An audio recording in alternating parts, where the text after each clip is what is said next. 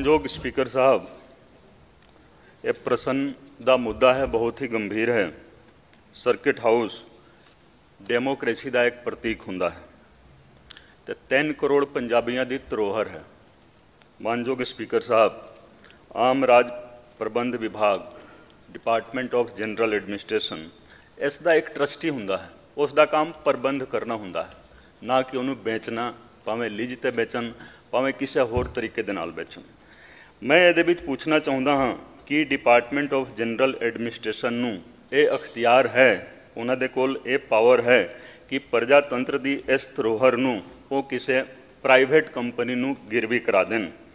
दूसरा, मानयोग स्पीकर साहब, ये 3 कंपनियों का जिक्र किया गया है, चमन लाल एंड सन्स, सरब एलायंस हॉस्पिटलिटी, सरोवर होटल प्राइवेट लिमिटेड अमृतसर। मानयोग मंत्री साहब, वैसे मंत्री साहब ने कहा कि इन्हां दे नाल संबंध नहीं रखता है, लेकिन फिर भी सवाल बहुत ही गंभीर है। सरब एलायंस दे विच संदीप सोनी नाम के एक व्यक्ति डायरैक्टर ने। मैं मानयोग स्पीकर साहब पूछना चाहूँगा कि जो संदीप सोनी ये डायरैक्टर ने, उन्हां दा कोई संबंध उदों दे मंत्री ओपी सोनी दे नाल है कि नहीं है, इस सवाल का भी हिस्सा सीगा। दूसरा, जो सरोवर होटल प्राइवेट लिमिटेड है अमृतसर दे विच, उस दा संबंध उदों दे मंत्री ओपी सोनी दे परिवार दे नाल है या नहीं है। तीसरा सवाल सप्लीमेंटरी, मेरा सवाल सीगा स्पीकर साहब कि जेकर हाँ तो कि उसनू टेक ओवर करन वाली कंपनी का किसी राजनीतिक परिवार दे नाल संबंध है कि नहीं है। जवाब आया है कि इस बाबत सूचना पंजाब सरकार को उपलब्ध नहीं है। मेरी बेनती है मानयोग स्पीकर साहब कि इसकी एक इंक्वायरी करा ली जाए, क्योंकि ये सारा जो आंसर आया है, जवाब आया है, इस पवित्र सदन नूं गुमराह करने वाला है। कारण जिन्होंने लोगों ने यह सारा मैनिपुलेशन किया है पिछले 4-5 सालों के दौरान, उन्होंने लोगों ने ही ये जवाब बनाया है। ये मंत्री साहब नूं मैं यही बेनती करांगा कि इस सवाल का दोबारा जवाब दें, क्योंकि इन्होंने आप कहा है कि इन्हों के विभाग के नाल इहदा संबंध नहीं है। तो इस समुचे सवाल का दोबारा जवाब दिता जाए और उस तो पहला ये सारा कुछ मानयोग मुख्यमंत्री साहब दे नाल डिस्कस किया जाए। और जदों सर कैंपेनिंग चलती सी, मानयोग केजरीवाल साहब आउंदे सी, कुछ लोग जो इत्थे बैठन के काबिल नहीं रहे सवाल करते सी कि केजरीवाल साहब 5 सितारा होटल दे विच रहिंदे।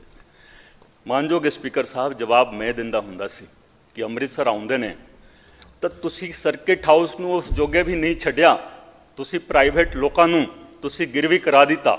इहदे विच मानयोग स्पीकर साहब, सरकार ने सरकारी तौर पर बेचिया तो सरकार ने निजी तौर पर खरीदिया है। इस करके मेरी बेनती है कि मानयोग मंत्री साहब इसकी डूंगाई दे नाल जांच कराउण ते सारे मसले नूं पंजाब विजिलेंस ब्यूरो के हवाले किया जाए। की तुसी मंत्री जी इहदी डिटेल्ड इंक्वायरी करवाओगे?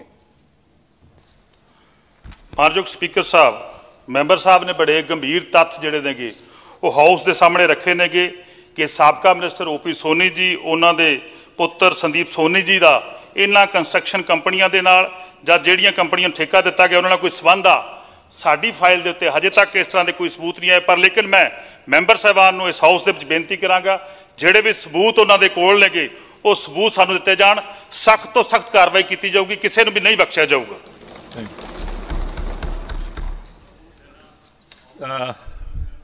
कुंवर विजय प्रताप नहीं है, यह विजिलेंस ब्यूरो है, पुलिस की एजेंसी है, यह सारा सबूत, क्योंकि यह प्रश्न का हिस्सा है।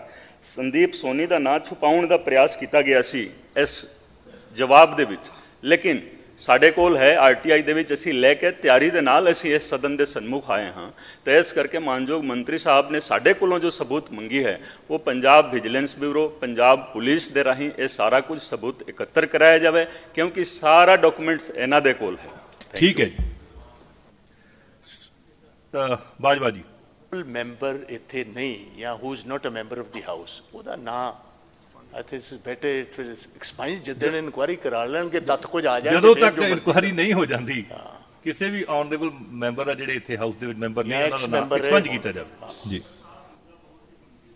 ਜੀ ਕੁੰਵਰ ਜੀ, 3 ਕरोड़ ਪੰਜਾਬੀਆਂ ਦੀ ਹੋਂਦ ਦਾ ਸਵਾਲ ਹੈ। ਇਹ ਪ੍ਰਜਾਤੰਤਰ ਦੀ ਧਰੋਹਰ ਹੈ। ਇਹਦੇ ਵਿੱਚ ਦੇਖੋ ਕੋਈ ਵੀ ਵਿਅਕਤੀ ਸਰਕਾਰੀ ਤੌਰ ਤੇ ਵੇਚ ਰਿਹਾ ਹੈ। ਇਹਦੇ ਵਿੱਚ ਇਹ ਵੀ ਹੋਇਆ ਹੈ ਮਾਨਯੋਗ ਸਪੀਕਰ ਸਾਹਿਬ, ਕਿਹਾ ਜਾ ਰਿਹਾ ਹੈ ਕਿ 2 ਹੀ ਬਿਡ ਆਏ ਸਨ। ਨਹੀਂ, ਇਹ ਇੱਕ ਹੋਰ ਵੀ ਮਾਫੀਆ ਹੈ। ਜੇਕਰ ਇਨਕੁਆਇਰੀ ਹੋਊਗੀ ਤਾਂ ਇੱਕ ਕੇਬਲ ਮਾਫੀਆ ਵੀ ਆਊਗਾ ਬਹੁਤ ਵੱਡਾ, ਤੇ ਕਿਸੇ ਨੂੰ ਬਿਡ ਦੇਣ ਹੀ ਨਹੀਂ ਦਿੱਤਾ ਗਿਆ ਕਿਉਂਕਿ ਨਿੱਜੀ ਤੌਰ ਤੇ ਖਰੀਦਣਾ ਸੀਗਾ। ਮੰਤਰੀ ਜੀ ਨੇ ਅਸ਼ੋਰ ਕਰ ਦਿੱਤਾ ਕਿ ਇਨਕੁਆਇਰੀ ਕਰਾਉਣਗੇ। ਸਰਦਾਰ ਸਰਵਨ ਸਿੰਘ ਧੁੰਨ ਲੈ ਲਓ, ਹੁਣ ਅਗਲਾ ਕਰ ਲਓ। ਮਾਨਯੋਗ ਸਪੀਕਰ ਸਾਹਿਬ, 1 ਮਿੰਟ ਜੀ। ਧੁੰਨ ਸਾਹਿਬ, ਸਰਦਾਰ ਪ੍ਰਗਟ ਸਿੰਘ, ਇਹਦੇ 'ਚ ਹੀ ਐਡ ਆਨ ਕਰਨਾ ਸੀਗਾ ਕਿ ਮੇਰਾ ਖਿਆਲ ਹੈ ਕਿ ਮਿਨਿਸਟਰ ਸਾਹਿਬ ਇਸ ਬਾਰੇ ਅਵੇਅਰ ਨਹੀਂ ਹੈਗੇ ਕਿ ਸਰਕਾਰ ਹੁਣ ਇਹਨਾਂ ਦੀ ਆ, ਇਹਨਾਂ ਨੇ ਇਨਕੁਆਇਰੀ ਕਰਾਉਣੀ ਆ, ਕਿਉਂਕਿ ਮੈਂਬਰ ਸਾਹਿਬ ਕੋਲੋਂ ਇਹ ਡਿਟੇਲ ਪੁੱਛਣ ਡਏ ਆ। ਸਰਕਾਰਾਂ ਕੋਲ ਡਿਟੇਲ ਪਈ ਹੁੰਦੀ ਆ, ਇਸ ਕਰਕੇ ਇਹ ਸਰਕਾਰ ਦਾ ਹੀ ਕੰਮ ਹੈਗਾ। ਠੀਕ ਹੈ। ਸਰਦਾਰ ਸਰਵਨ ਸਿੰਘ ਧੁੰਨ। ਮਾਨਯੋਗ ਸਪੀਕਰ ਸਾਹਿਬ, ਸਵਾਲ ਨੰਬਰ 10